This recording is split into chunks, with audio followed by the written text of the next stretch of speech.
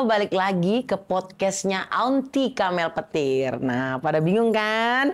Kenapa Aunty cantik banget? Lagi pakaian khas Batak. Bukan ya, khas Pakistan. Pakistan. Dan di sebelah ada lelaki ganteng. Aduh, kayak mau mantenan kita ini. Ya? Oh iya dong. Aduh, ya. Terima kasih. Lelaki ganteng yang bernama Atta Petir. Oh, Atta Petir. Saingannya Atta Halilintar. Enggak, dia lebih sukses. Masya Allah. Ini adalah Atta, apa sih aslinya namanya? Atta Ul Karim, panggilannya sayang. Kenapa gitu? Jauh banget. Ya kan beda nama gitu. Oh, jadi dipanggil sayang. Iya, sayang gitu. Iya. Atta Ul Karim. Atta Ul Karim. Ul Karim. Artinya memberikan yang maha mulia. Memberikan yang maha mulia. Insya Allah. Beliau ini adalah seorang anak muda yang sukses. Amin. Insya Allah. Beliau sukses karena punya Al-Barkat. Ya itu ini semua. Ini baju di endorse beliau nih. Nah, ini keren banget dan punya berbagai ini ya di tempat berbagai daerah ya. Provinsi, kota-kota besar. Udah ada. Nah, kota Anda bagaimana? Pasti udah ya. Komen dulu komen dulu. Kalau belum ada langsung suruh buka. Segera ya. Umur berapa sih? Umur saya kalau termasuk pengalaman atau umur yang sesuai KTP? Sesuai KTP dulu. Sesuai KTP mau 30 tahun. 30 tahun. Masih muda kan, jadi gimana sih kok bisa sukses cepet banget? Tapi tergantung dulu mau sukses. Yang sukses itu apa? Menurut saya sukses itu kita sehat, kita punya banyak teman. Tapi orang bilang sukses itu banyak mobil, banyak rumah. Menurut saya sukses itu banyak teman, banyak gitu. Itu rezeki hidup menurut saya. Rezeki kan janji lah, pasti dapat. Yang penting syukuri dulu yang udah ada. Ya, sukses berteman, sukses punya usaha, semua lah. Jadi kalau ada komplit. Betul, kalau ada teman baik saya bilang sama saya gini, Atta semoga sukses selalu ya. Saya bilang tolong tambahin dong sukses apa gitu. Sukses banyak uang atau sukses banyak teman atau sukses apa gitu. Ini diborong sama Atta kayak semuanya. Ada nggak yang menurut Atta yang belum tercapai? Semua udah ada. Semua ya. Yang sebenarnya nggak pantas untuk saya, tapi tetap Allah memberi ke saya. Karena aku nggak pernah mikir untuk diri sendiri, aku mikirnya selalu untuk teman-teman dan untuk keluarga dan untuk saudara-saudara. Makanya tadi nanti kita akan lihat seluruh ruangan ini. Ruangan ini itu ditempatkan untuk teman-teman untuk silaturahmi dan duduk bersama, tukar pikiran, tukar sharing. Nanti siapa tahu bisa kolaborasi, bisa apalah kerjasama gitu. Tapi sepertinya wajahnya ini mirip-mirip orang Batak bukan.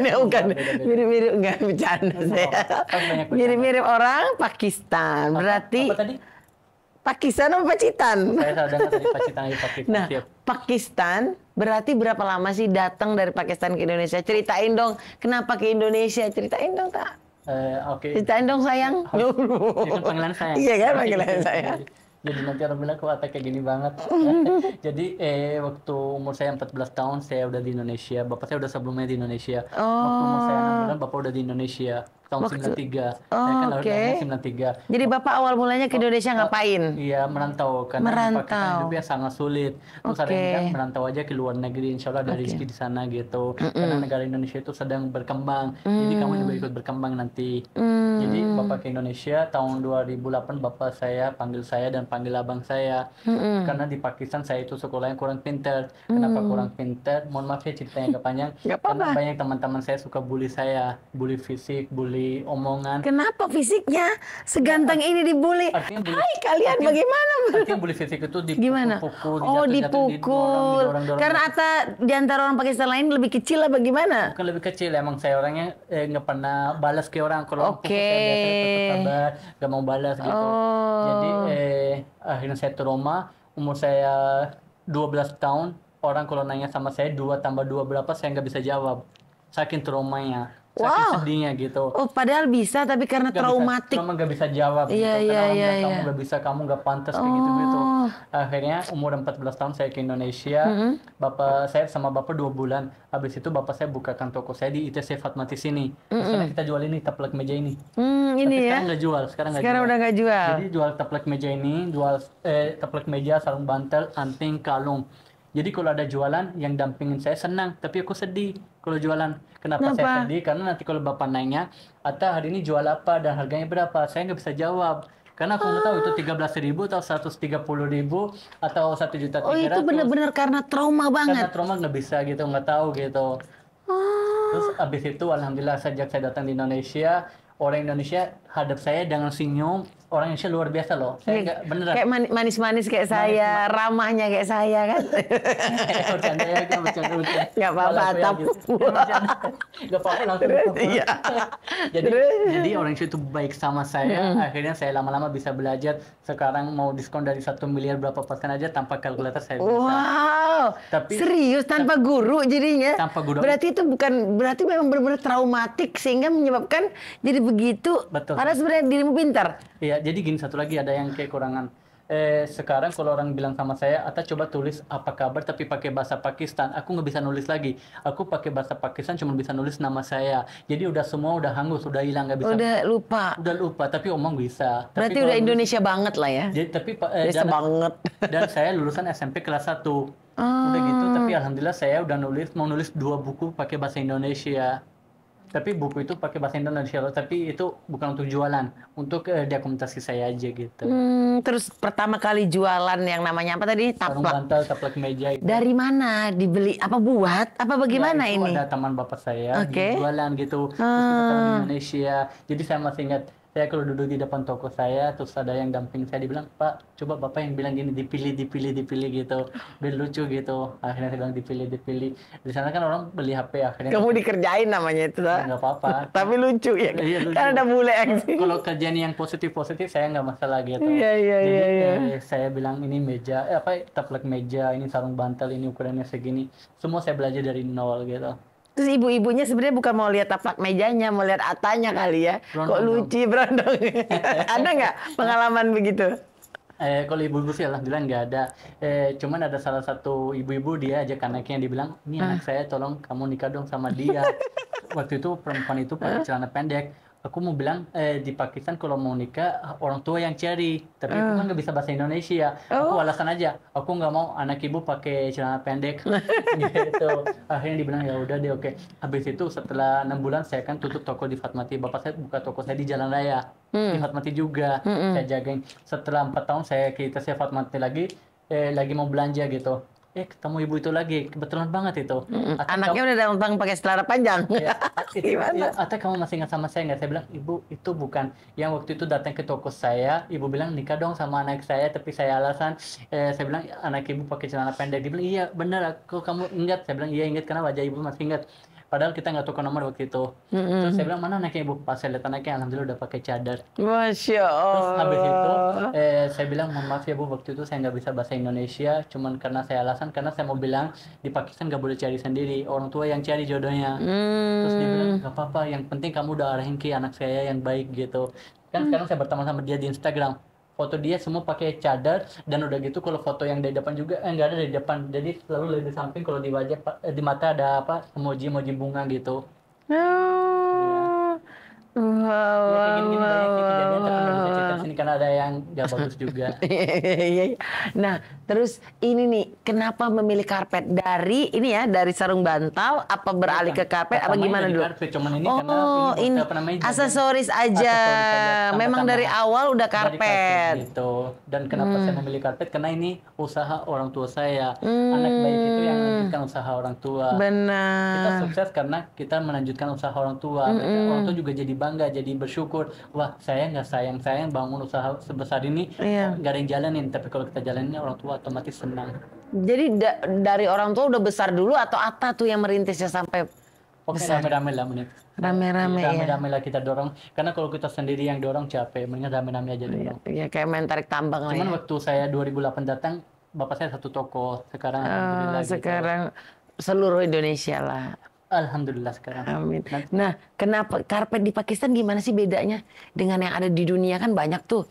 Sebenarnya karpet Pakistan itu nggak begitu terkenal. Yang pertama itu terkenalnya itu karpet dari negara Iran, Persia. Oh, Iran, Persia. Pertama dari negara Iran. Oh, berarti kamu jual juga? Saya karpet jenis apa aja ada kok.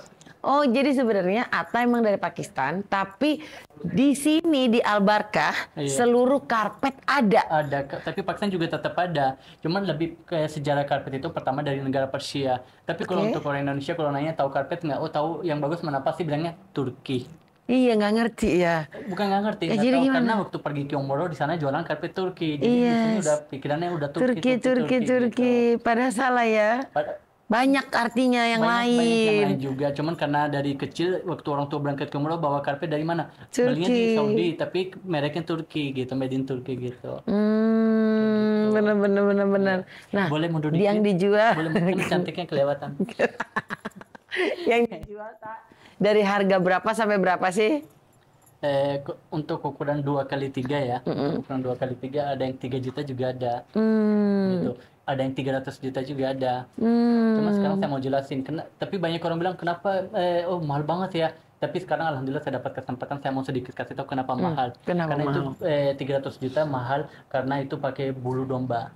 Oh. Dan bulu domba itu yang di daerah gunung yang makanannya sehat semua rumput-rumputnya. Oh. Jadi misalkan domba dia lagi hamil ya. Domba itu biasanya hamil juga ya. Iya hamil lah. Jadi hamil, habis itu dia lahir, anaknya lahir. Habis itu setelah 3 hari cukur dari bagian leher. Oh si anaknya itu. Iya, cukur bagian leher sini. Itu kan lembut banget. Jadi pakai bahan itu. Jadi kalau tidur di atas bulu domba itu langsung kita akan memimpikan domba-domba itu. Iya, apalagi makan dan domba. tidur ya langsung ya. Langsung tidur ya tak ya. Langsung tidur sih enggak, pacaran dulu lah. Enggak maksudnya tidur pulas. Di atas itu karpet 300 juta. Oh, enggak, kalau gini. Jadi kalau orang beli karpet 300 juta biasanya orang bilang tidurnya di sebelah karena saya yang ditidur. Kasihan banget. Iya di sebelah, jadi yang itu nggak ditidurin. Waduh, pelanggan Atta nih, saya lihat tuh banyak banget dari kalangan artis, pejabat, udah kesini, Ustadz, pemuka agama udah kesini. Itu gimana sih doanya? Apa emang nggak ada doanya? Ada caranya. Berhadap orang tanpa lihat status dia siapa gitu. Oke, itu teman-teman tuh. Jadi kalau kita bilang kita cuma mau berteman sama pejabat, cuma mau berteman sama orang ulama, mau berteman sama cuman artis, itu salah menurut saya. Salah. Banyak banget artis Indonesia kalau datang ke tempat saya, sebenarnya saya nggak tahu kalau itu artis Indonesia. Kesian ya. Staff saya ngisikin gini, Pak itu Ahmad Dhani loh. Terus biarin aja, itu kan posisi dia. Yang penting kita menghargai tamu kita siapapun dia. Gitu. Jadi nggak boleh bedain orang. Aku pernah kejadian gitu. Aku lagi ada tamu, tapi ada bapak polisi, tapi saya nggak tahu itu beliau siapa gitu. Beliau lagi belanja, habis itu dia duduk minum teh, dia bilang, Atta, kamu lama banget sama saya, kamu tahu aku siapa, kamu tahu nama saya bilang nggak tahu, coba cari di Google. Beliau tulisin nama, tahu nggak beliau siapa? Pak Tito Kapolri. Wow, Tito Karnavian. Saya bilang biarin aja Pak, itu kan untuk negara, di sini Bapak tamu saya. Dia bilang, itulah yang saya senang kamu apa adanya, nggak lihat saya nggak jadi pura-pura sopan, apa adanya gitu. Jadi hormat itu harus dalam hati dan tanpa lihat status orang. Kalau kita udah mulai lihat status, semua orang sebenarnya punya kelebihan masing-masing gitu. Karena nanti dengan status tuh takutnya minta diskon kan? Enggak ya, Ya biarin aja minta diskon, saya naikin harga dulu. Naikin dulu. Saya nggak ada diskon. Nggak ada. Untuk teman-teman nggak ada. Langsung. Saklek bener ini. Oh harga jujur ya. Iya. Halal. Bukan halal, terbaik. Halal itu kalau udah siap gitu. Aduh. Terus aku nanti boleh dong ya ditunjukin ya. Ini kayak begini nih. Ini dari mana nih? Ini karpet negara dari Iran. Oh Iran, kamu hafal ya? Iya namanya juga saya cuma bukan lahir di karpet doang, tapi saya tahu karpet. Wow, mana lagi yang aku mau tunjuk? Yang ini deh. Ini kan satu, masih sambungan. Iya ya. Ini nih. Negara Kashmir, India. Ini Pakistan, ini belakang kakak Afghanistan. Gitu. Ini Indonesia. Saya Indonesia ya. Saya made in Indonesia. Wah, kok bisa terus bedanya tuh gimana sih ngeliat bedanya? Dari motif dan dari warna. Jadi kalau saya kasih tahu pasti orang bingung. Jadi bingung. Karena saya udah pengalaman setiap hari saya lihat jadi bisa tahu lah gitu. Oh, ibaratnya memang mereka kalau kayak batik, maaf nih. Kayak batik kita tahu kan, oh ini batik Solo. Contoh ini batik. Tadi kan pakai batik, kan langsung ketahuan nih dari Iya, seserangan ini. Seserangan kalau nggak salah. Bener nggak sih ya? Batik, iya kan? Sasirangan. Nah, saya tahu. Karena mereka begini-begini aja caranya. Nah, kalau karpet tuh kan saya sumpah tak bingung tak. Belum ada pengalaman. Jadi kalau karena kayak mirip bunga semua. Iya, berarti juga kalau saya lihat pertama kali saya nggak tahu dari Pekalongan atau dari Sumatera atau dari mana. Coba sedikit dong. Kenapa? Ini kenapa tuh? Apa? Kalau batik kan ada arti maknanya. Kalau ini ada juga nggak maknanya? Kalau karpet Kashmir itu ciri khasnya dia selalu karpetnya mengkilat. Cuman ini karena setiap hari diinjak-injak udah berapa bulan. Gitu. Jadi ciri khas karpet itu terlalu mengkilat gitu. Jadi kalau karpet Pakistan itu ciri khas pertama itu karpetnya krem dan hijau. Ya, ciri khas pertamanya. Habis itu kan banyak orang bikin, tapi ciri khas pertamanya krem pasti Iya. Kalau karpet Idan itu dalam satu karpet pasti yang asli ya, pasti mainnya dengan banyak warna. Terus tak karpet ya. Ibaratnya enggak ini menarik loh. Iya menarik loh. Iya. Karena kan kita pernah ditontonkan dengan film yang namanya apa tuh Alibaba ya. Iya kan? Wah, itu kan luar biasa, dia naik karpet terbang. Jadi itu bukan ibarat kecil, kita udah memahami. Aladin. Kamu Aladin? Ya, aku apa jinnya? Karpetnya pinjam sama saya dia. Nah, itu kan itu dari negara mana tuh kayak gitu? Awal mulanya tuh kenapa karpet sih dari sana itu yang memang populer banget gitu? Zaman dulu zaman kerajaan. Ada raja, salah satu raja ya. Dia jangan sampai dia tersinggung juga, sebenarnya ini nyata gitu. Raja bilang, bumi ini tidak pantas kalau saya injak langsung. Oke. Dia saking sombongnya, dia bilang bumi ini tidak pantas. Bikin sesuatu awalnya. Saya sebelum injak harus ada alat sesuatu di sini. Mau bikin karpet, mau bikin apa terserah. Waktu itu mereka bikin sepatu. Mereka bikin sepatu pakai berlian merah, pakai berlian biru, pakai berlian kuning. Sepatu Aladin gitulah ya. Iya, tapi mainnya pakai berlian-berlian dan batu-batu mahal. Gitu. Itu saking sombongnya lah. Uang zaman sekarang itu kata orang di atas miliaran gitu. Sepatunya aja gitu. Jadi dia begini, dia pakai sepatu. Dia langsung tendang begini, dia bilang ini masih murah, nggak mau aku. Karena dia bilang masih mahalan aku daripada sepatu itu. Yes. Gitu, terus sudah gitu, orang itu timnya dia yang di lapangan pergi ke hutan cari bahan sutra, cari domba-domba yang masih bagus bahannya gitu, yang susah dicari gitu. Habis itu mereka bikinin karpet buat buat rajanya itu. Pas bawa karpet dijelasin, jadi ini kita bikinnya pakai bahan-bahan ini kurang lebih 1,5 tahun baru jadi. Dia bohong lah ya. Enggak benar. Waktu itu susah memang. Sekarang juga kalau bikin karpet yang pakai tangan emang 1,5 tahun prosesnya. Ukuran sejadah itu 1,5 tahun. Iya, baru jadi pakai tangan. Ibaratnya kalau disulam. Jadi habis itu dibikinin, dijelasin, dibilang oke. Sekarang saya duduk di karpet ini, karena kalau nggak mau saya duduk langsung duduk. Terus dia duduk, kalau ada masyarakat dia lihatin orang duduk di lantai, dia bilang ini punya aku habis berapa lama cari bahan-bahannya. Dia bilang siap kurang lebih 5 bulan cari bahannya aja gitu di hutan gitu. Dia bilang bisa nggak dalam 15 hari cari bahan. Dia bilang bahannya murah-murah dong dari hutan gitu, cari. Pokoknya kalau ada masyarakat datang ke istana kita, duduknya di karpet juga. Tapi waktu itu karpet yang dudukin sama masyarakat aja, zaman sekarang harga udah 1 miliar lebih. Karena udah karpet antik. Tapi saya alhamdulillah di tempat saya tapi ada itu di museum kan karpet cerita itu karpet sebagian. Tapi dari salah satu karpet itu yang langsung dudukin sama raja, saya punya satu karpet. Emang masih kuat dia ini ini kuat nggak sih karpet kalau berapa puluh tahun, ribuan tahun? Tergantung bahannya apa. Jadi kalau bahannya benar-benar alami itu pasti bagus terus. Pasti kuat. Kayak contoh kayu makin yang lama dan makin yang ambil dari hutan itu kan bagus. Jadi benar-benar karpet ini investasi berarti. Yang ngerti. Jadi kalau orang yang ngerti, aku pernah ada beberapa bulan lalu ada tamu dari negara luar negeri, dia dengar Atta punya salah satu karpet yang punya sejarah gitu. Dia datang ke saya, waktu dia ada buku khusus untuk baca sejarah. Saya bilang kasih HP ke saya dulu, jangan sampai dia foto karpet saya. Takutnya dia salah gunain. Aku ambil HP properti dia, terus dia 3 hari, tapi malam tetap tidur. Lihat di buku, kayak gini. Cocokin bunga-bunganya gitu. Akhirnya dia bilang selama dulu sama gitu. Dia bilang kalau saya ada rezeki saya mau ambil. Gitu ya. Ternyata karpet itu punya sejarah. Ada misalnya mereka nenun itu ada ceritanya nggak? Nggak ada cerita sih. Cuman kalau karpet sejarah pasti ada ceritanya gitu. Karena jadi gini. Ada orang kalau lagi pakai karpet kan misalkan. Mungkin karpet itu semakin mahal karena yang pemiliknya siapa kali ya? Punya sofa nggak di rumah? Punya. Warnanya apa? Warnanya abu-abu. Kenapa harus abu-abu? Ya biar nyamain aja sih. Biar nyamain, bukan cocok sama hati gitu. Iya senang aja biar lebih teduh. Apa yang kakak naruh yang cocok sama hatinya? Cocok mungkin sama spray, warna spray mungkin. Iya, aku kan suka spray putih pasti. Simpel-simpel sih aku orangnya. Gitu. Tapi aku setelah masuk ke sini aku jadi tertarik, Tak.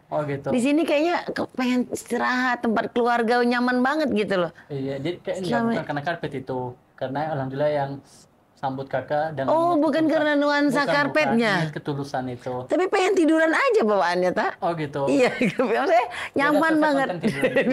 Kayak kucing gitu ya tidur gitu. Jadi lagi nyaman. Karpet itu pengaruh banget di hati. Jadi kayak contoh pribadi saya, kalau saya lihat karpet yang warna hitam dan ada kombinasi kayak gold gitu, aku turun idenya banyak. Oh. Kakak mungkin lihat di kantor saya pakai karpet warna apa, hitam abu-abu, kecil-kecil bunga itu. Jadi kalau saya lagi duduk di ruangan, di dasarnya udah hitam, banyak banget dapat jadi idenya. Karena warna ya. Iya gitu, makanya saya pakai, banyak orang bilang, kenapa nggak pakai karpet krem, kenapa nggak pakai karpet ini, tapi kan tergantung selera dong. Saya pakai karpet krem, tapi karpet merah, hati saya nggak nyaman, percuma. Jadi harus pakai sesuai sama hati saya. Aku idenya turunnya pakai karpet hitam. Wow, aku kan kayak aku takut banget bermain warna dalam rumah tuh ya, warna abu-abu, putih, simple banget gitu. Di sini kok karena aku takut belentang-belentong, kamu mainkan warna tapi tetap nyambung, itu gimana tuh? Nyambung, sebenarnya gini, kalau nggak ada warna-warni susah loh kak. Kita harus bersyukur Tuhan ciptakan warna-warna. Iya. Kalau nggak ada warna-warna hidup kita kayak hitam putih, kayak contoh TV lah kak. Kita waktu zaman dulu kita nonton TV cuman hitam putih itu, pas ada mulai warna-warni kan jadi kayak hidup baru itu. Warna-warni itu sangat penting di hidup kita.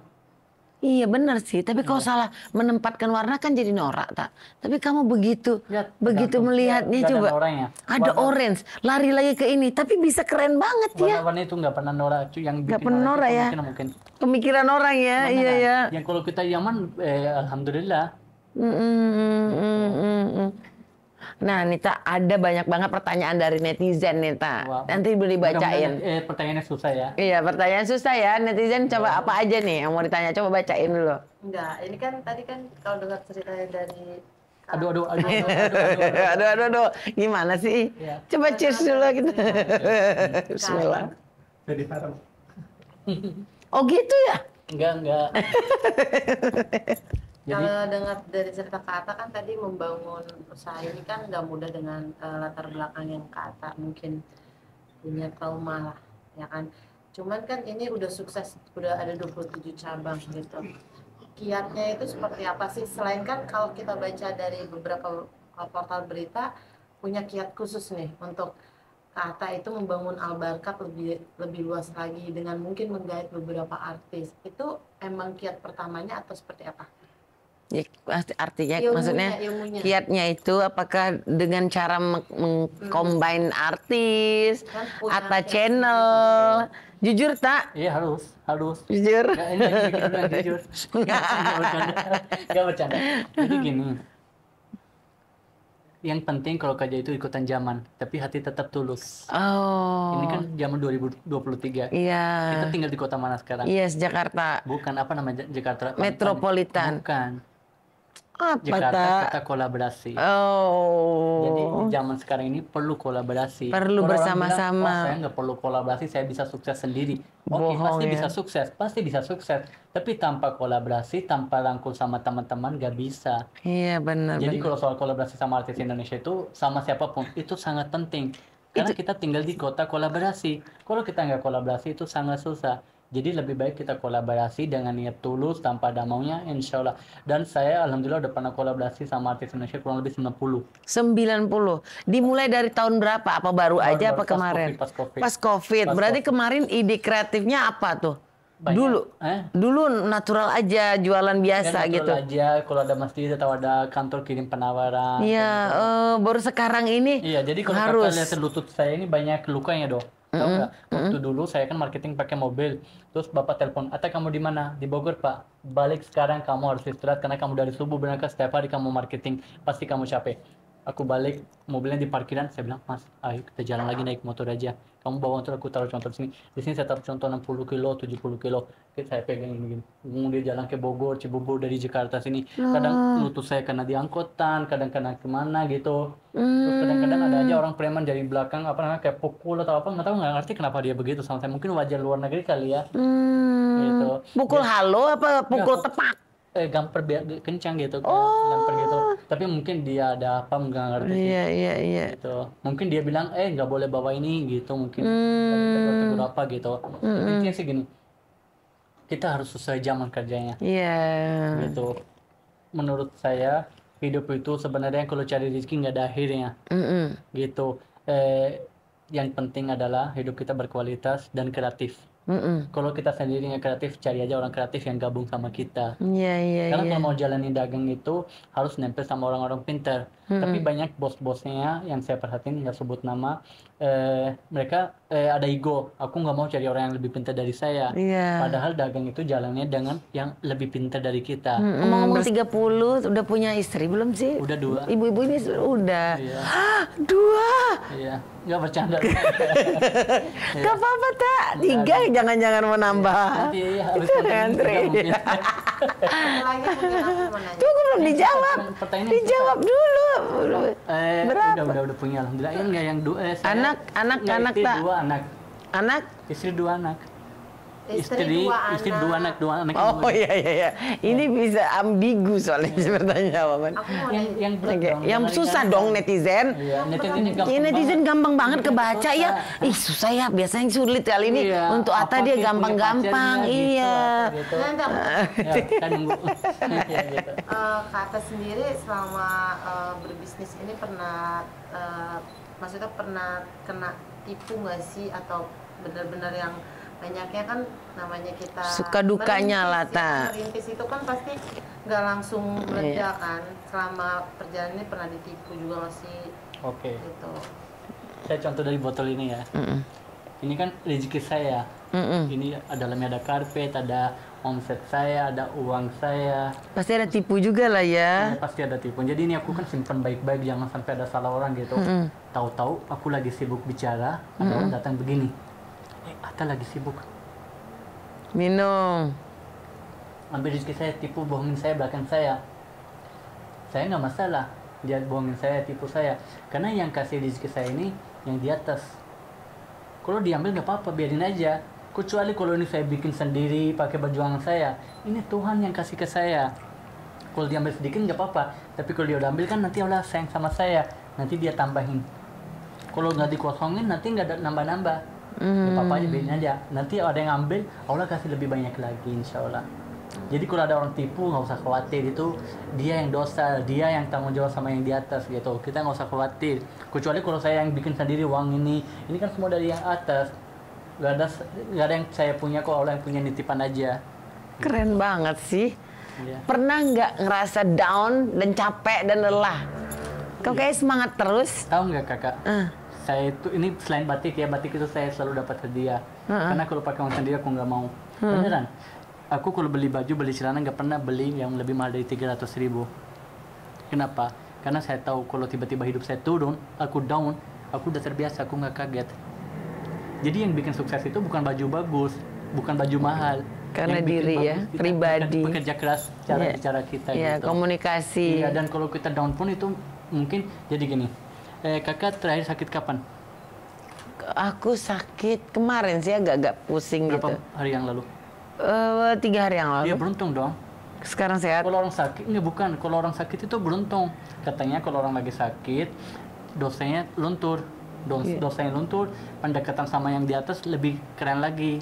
Kalau nggak sakit kita sombong banget jalan-jalan sana sini. Tapi kalau lagi sakit, ya Allah kapan ya saya sembuh. Jadi lebih. Tapi kerjaan nih jadi diomelin sama teman-teman. Gimana sih kakak ini nggak jadi ke tempat Atta itu tuh bawel. Padahal gue lagi pusing nih. Ya, gimana tuh Tak? Iya. Nggak, namanya juga teman kan, dia pasti bicara apa adanya dong. Iya. Dia bilang, padahal kan aku lagi menebus dosa-dosaku seperti yang Atta bilang kan? Enggak. Apa sih dosa-dosa atau apa? Beruntung tadi itu? Iya, dosa-dosa saya kalau kita punya kekurangan nanti itu Allah maafkan. Luntur kan? Kenapa mereka yang rewel? Iya, karena itu sayang. Iya. Jadi kan kalau nggak teman kan nggak bakalan cari, tapi dia cari karena dia teman. Betul. Itu malah bersyukur juga saat kita lagi sakit dia lagi cari kita. Biasanya kalau kita lagi susah banyak yang jauh jadinya. Oh gitu ya. Kak, aku boleh nggak sih lihat muter-muter? Ini kan katanya baru nih di launching. Teman-teman. Ini pertama nih kan, Tak? Iya, ini belum pernah ada yang kesini selain Kamel Petir. Ini aku mau kasih tahu teman-teman. Ini kakak yang mirip nama saya Atta Petir, ini Kamel Petir. Kita saudara, anak Gundala Petir, anaknya Gundala. Jadi ini bisa dibilang tamu perdana yang datang ke tempat saya ini, yang bikin podcast di sini dan mau tour Istana Al-Barkat gitu. Jadi ini perdana loh gitu. Perdana. Thank you, Ta. Jadi kalau nanti Raffi Ahmad, Baimong, Atta Halilintar, Yunisara banyak yang mau kesini kan. Mereka juga mau bikin konten. Jadi kalau saya masuk ke Brownies Rumpi, mereka nanya, kok Atta tempat kamu bisa spill? Iya karena Kamel Petir ya. Gitu. Keren banget, tak boleh ya? Aku muter-muter ke soalnya ini pertama loh. Jadi gini, terusin dulu nanti part 2. Oke. Nah, makasih loh Tak, udah diskusi, kasih sharing buat teman-teman. Lagi lihat ruangan-ruangan di sini ada sesuatu yang bikin serem banget itu. Aduh, aku jadi takut ih. Ya, apa-apa. Apaan itu? Penasaran. Ini sekarang masih senyum-senyum, nanti nggak bisa senyum loh. Aduh. Beneran? Beneran? Nanti nggak bisa senyum gitu. Tak, thank you loh. Di part 1 ini udah mau diskusi sama aku, juga sama temen-temen nonton di podcastnya Kamel Petir. Gimana caranya Kiat sukses, sejarah Atta kesini. Dari mulai traumatik, akhirnya menjadikan Atta luar biasa. Ngitung jadi miliaran juga lancar tanpa tapi saya apapun. Nggak apa-apa, nanti selesai nanti aku cerita. Nggak, aku mau bilang gini, jadi sekarang kalau orang bicara sama saya begini, Atta makan dong, aduh kamu, padahal itu peduli ya, itu aja bikin aku sedih. Kenapa? Karena aku nggak mau bicara tegasin gitu. Maksudnya? Misalkan ada orang perhatiin peduli Ya, sama saya, makan dia perhatiin sama saya. Iya, perhatian. Tapi adanya dia aja bikin saya sedih, kok dia begitu sama saya, nggak mau aku. Jadi harusnya gimana? Atta makan aja ya, gitu. Pakai harus benar-benar ringan bahasanya gitu. Oh, kamu itu berarti sensitif kamu Bukan itu. aku tuh Hello Kitty. Iya.